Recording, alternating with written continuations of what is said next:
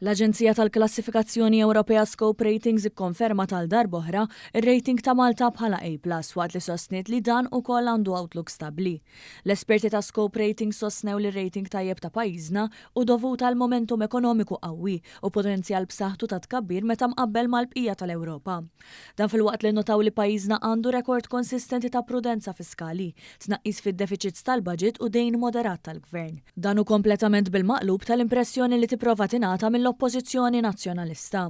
Fir-rapport tagħhom Scope Ratings ibastru li l-ekonomija Maltija se tkompli tikber grazzi għall-ekonomija domestika vibranti. Dan kif miżuri meħudin mill-Gvern fosthom it-tnaqqis fl-income tax, il-ġenerożità tas-sussidji fuq l-enerġija u benefiċċji soċjali dejjem jiżdiedu mistennija jwasslu għal tkabbir sostnut fil-konsum privat. L-esperti barranin jirrimarkaw li anke l-esportazzjoni għandha tibqa' pożittiva, speċjalment fejn jidħol turiżmu u servizzi finanzjarji. Ir-rapport jinnota wkoll kif il-potenzjal ekonomiku ta' pajjiżna jibqa' ferm aħjar minn dak ta' pajjiżi oħrajn. Issir enfasi wkoll fuq il-viżjoni ta' pajjiżna biex ikun hemm tranzizzjoni għal produzzjoni b'valur miżjud aqwa, fosthom b'inċentivi u skemi favur l-informatika, is-servizzi finanzjarji u l-ekonomija marittima. Ma dan jissemma wkoll b'mod pożittiv l-għaqal tal-Gvern f'dawn il-pjani biex juża l-fondi Ewropej ħalli din it-tranzizzjoni tkun suċċess. L-ekonomisti barranin ifaħru r-rekord tal-Gvern fejn tidħol it-tmexxija tal-finanzi pubbliċi. Tant li u kif dan b'mod ripetut qed ikollu riżultati finanzjarji aqwa mill-biri tal-budgets, xi ħaġa li issa ilha kostanti fl-aħħar 12-il sena minkejja l-isfidi kbar globali.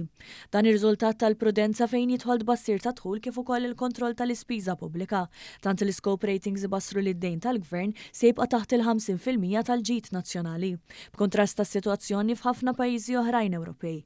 Fl-aħħar net l-Aġenzija Scope Ratings issemmi kif il-Gvern qed jirriforma l-istituzzjonijiet ħalli jsaħħaħ l-indipendenza u l-effiċjenza tal-qrati fil-pajjiż, is-saldna ta' dritt u l-kontroll u prevenzjoni tal-korruzzjoni. Dan fil-waqt li jinnota lil presidenza attwali ta' pajjiżna fil-Kunsill Ewropew.